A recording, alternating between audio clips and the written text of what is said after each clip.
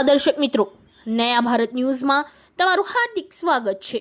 હું છું મંસૂરી શેરબાનુ।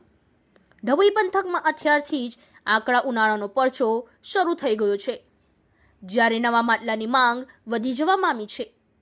ઉનાળાનું રૌદ્ર રૂપ શરૂ થઈ ગયું છે।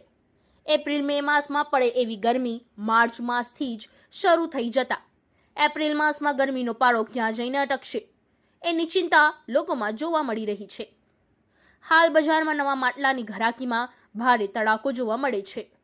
ગરમીનો પારો વધતા જનજીવન ડામાડોળ કરી નાખેલ છે। બપોરના 11 વાગ્યાથી જ ગરમીની શરૂઆત થતાં લોકો ઘરમાં પંખા નીચે બેસી જવા રહેવાનું પસંદ કરે છે।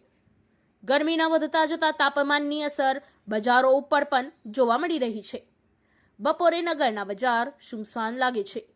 ગ્રામ્ય વિસ્તારમાંથી નગરમાં ખરીદી કરવા આવતા લોકો બપોર પહેલા જ રોજિંદી વપરાશની વસ્તુઓ ખરીદીને ઘરે ભેગા થઈ જાય છે। નગરના કેટલાક દુકાનદારો પણ દુકાનમાં પંખાની નીચે લાંબી ખેંચી દઈ મીઠી નીંદર માણી લેતા જોવા મળે છે।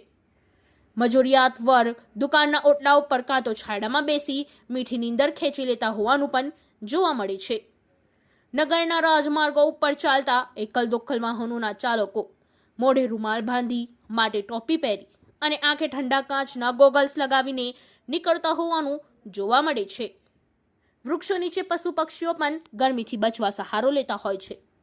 શેરીઓની ગલીઓમાં મકાનોના પડછાયોમાં પશુઓની રાંતે વિસામો લેવા બેઠેલા જોઈ શકાય છે, જ્યારે પશુ પંખીઓ પાંખો ફફડાવીને આકાશમાં ઉડવાને બદલે ઘરના માળાએ કે વૃક્ષની ડાળીએ બેસી રહેલા પણ જોવા મળે છે।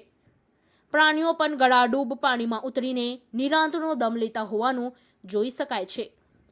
માર્ચ મહિનામાં આ ગરમી છે તો આગળના દિવસોમાં શું થશે એ ચિંતા લોકોને સતાવી રહી છે। ગરમીનું પ્રમાણ દિવસે ને દિવસે વધતું જાય છે। થોબે ધોમ ધકતો તાપ વેઠીને ધંધો કરતા હોવાનું પણ મુખ્ય માર્ગો ઉપર લોકો નજરે પડે છે। શેરડીવાળાઓ તો ટેમ્પા જેવી સાયકલ બનાવીને નગરના સુમસાન માર્ગો પર ફરે છે અને ધરતીનું અમૃત કહી શેરડીનો રસ તેઓ વેચતા નગરના ફળિયાઓમાં જોવા મળે છે। નગરમાં ફરતી આઈસ્ક્રીમની લારીઓ પણ જોવા મળે છે।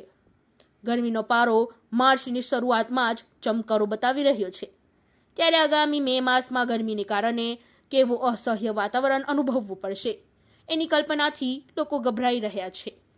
ગરીબ અને મધ્યમ વર્ગ માટે તો ફ્રીજ ખરીદવું અઘરું છે। તેઓ માટે તો ફ્રીજ એટલે નવા માટલા જ હોય।